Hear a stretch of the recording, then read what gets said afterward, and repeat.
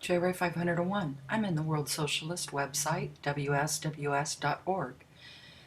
And this article is actually dated March 17th, but I think it does have some information that I, for one, was not completely aware of. Japan's Tepco, a history of nuclear disaster cover-ups. Tokyo Electric Power Company is the conglomerate at the center of Japan's nuclear radiation emergency at Fukushima. Its operations over the past several decades epitomize the government-backed pursuit of corporate profit at the direct expense of lives, health, and safety. Tepco is the largest power company in the world and the biggest in Asia, fourth largest power company in the world and the biggest in Asia, operating 17 nuclear reactors and supplying one-third of Japan's electricity. It has a long documented history of serious safety breaches, systemic cover-ups, potentially fatal disasters, persecution of whistleblowers, suppression of popular opposition, and use of its economic and advertising clout to silence criticism. Among the company's record of more than 200 proven falsifications of safety inspection reports are several relating to the stricken Fukushima Daiichi facility itself. In 2002, Tepco admitted to falsifying reports about cracks that had been detected in core shrouds at reactors number 1, 2, 3, 4, and 5 as far back as 1993. The current crisis of Fukushima, caused by last Friday's magnitude 9 earthquake, is not the company's first quake-related breakdown. In 2007, a much smaller 6.8 magnitude tremor caused a fire and a radiation leak that shut down Tepco's 7 reactor Kashiwazaki Kariwa nuclear plant, the world's biggest. The company later admitted that the plant had not been built to withstand such shocks.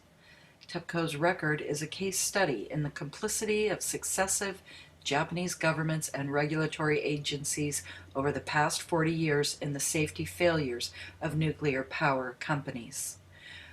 With the backing of the Liberal Democratic Party, which ruled Japan virtually continuously from 1955, when it was formed, to 2009, the business elite aggressively pursued the construction of more than 50 nuclear plants over the objections of residents and environmentalists in order to secure the energy needs of Japanese capitalism, despite the patent dangers of doing so in one of the world's most earthquake-prone zones.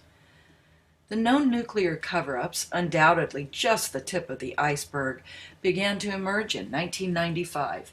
In that year, an official falsification of the extent of a sodium leak and fire at the Japan Atomic Energy Agency's Monju fast breeder reactor caused public outrage.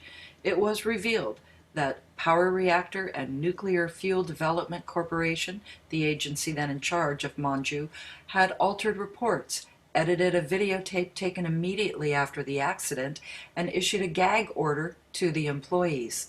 After a long series of court battles, the government allowed the reactor to restart last year. In 1999, one of Japan's worst nuclear accidents occurred at the Tokamura uranium processing plant, 120 kilometers north of Tokyo. An uncontrolled nuclear chain reaction at the plant, operated by JCO, a subsidiary of Sumitomo Metal Mining, killed 2 employees and leaked radioactivity over the countryside. 55 workers were exposed to radiation and 300,000 people ordered to stay indoors after the circumvention of safety standards caused a leak. Government officials later said safety equipment at the plant had been missing. 3 years later, Tepco was exposed as falsifying safety data, including at the aging Fukushima Daiichi facility. Initially, the company admitted 29 cases of falsification. Eventually, however, it admitted to 200 occasions over more than 2 decades between 1977 and 2002, involving the submission of false technical data to authorities.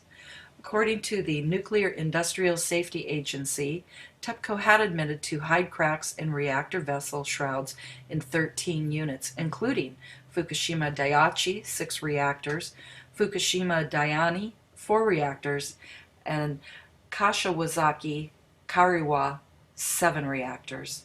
Tepco's wrongdoings were only revealed as a result of whistleblowing by a former engineer at General Electric, a company with close connections to Tepco. GE built the plants and has been contracted by Tepco to carry out inspection and operational matters for decades. 2 years earlier, the engineer had reported the safety frauds to the relevant ministry, MIDI, the forerunner of the current Ministry of Economy, Trade and Industry.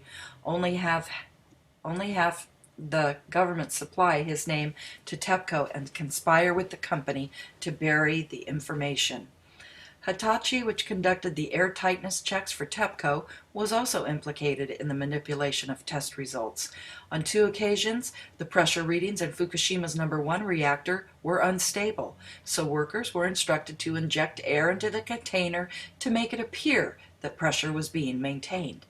Nevertheless, relying on Tepco's own calculations, NISA maintained that there should be no problem regarding the safety of the plants.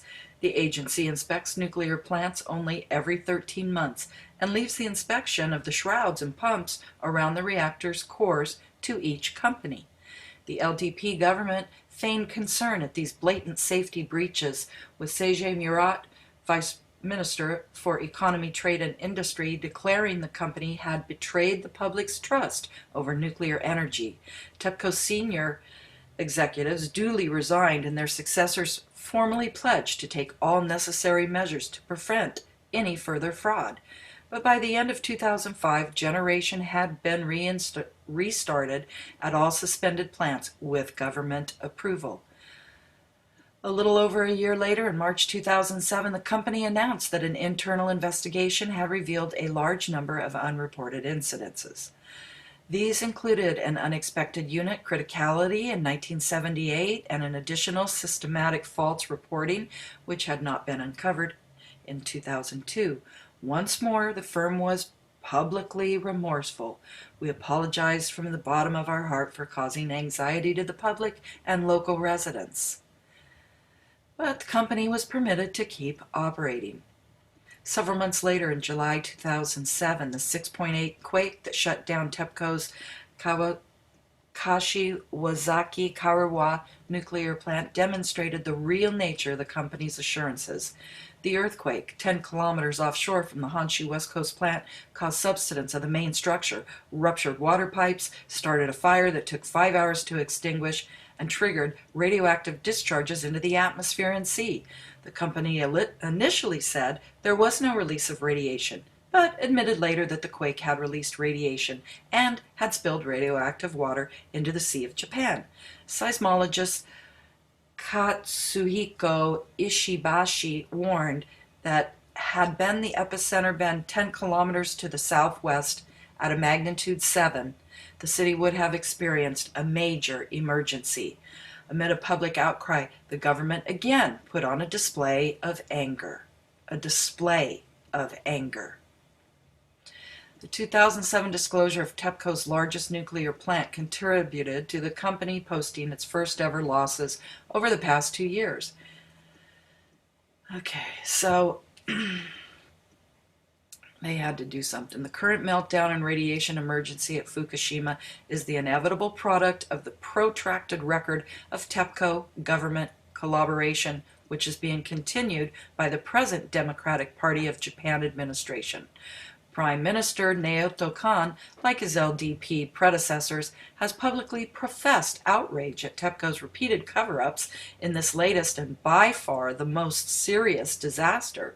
Reuters reported Japan's Prime Minister was furious with executives at a power company at the center of the nuclear crisis for taking so long to inform his office about a blast at its stricken reactor complex, demanding what the hell is going on.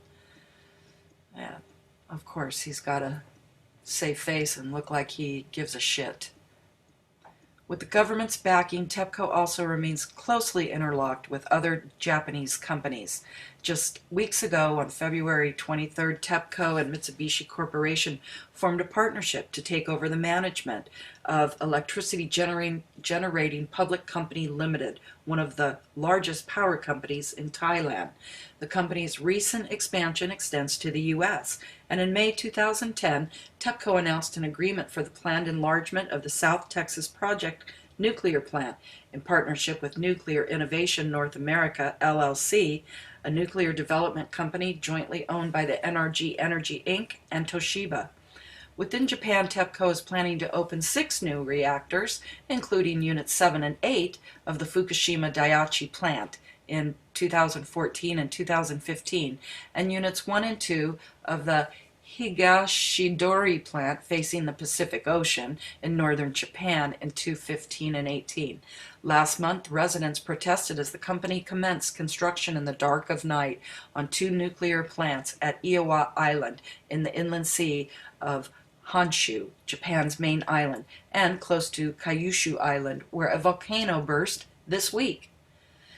Scenes of the Iiwa Island were broadcast on the Australian Broadcasting Corporation 7:30 television program March 15th. The footage was recorded by documentary filmmaker Hitomo Kamanaka, who resigned from the state broadcaster NHK after it refused to run her material criticizing the country's nuclear power companies. Tepco has been shielded by governments and the media for decades because, as the World Socialist website has pointed out, the implications of the Japanese catastrophe, the Japanese ruling elite turned to the breakneck development of nuclear power in the late 1960s and the early 70s to shield itself from dependence on imported oil. Now, more than 40 years old, Tepco's Fukushima Daiichi plant was the very first to begin operational generation on March 26, 1970. Tepco's litany of deliberate violations of the most elementary safety standards, enabled by the collusion of one government after another, is a graphic demonstration of the intolerable danger posed to the world's population by the capitalist economic order itself, based as it is on the extraction of private profit at all costs.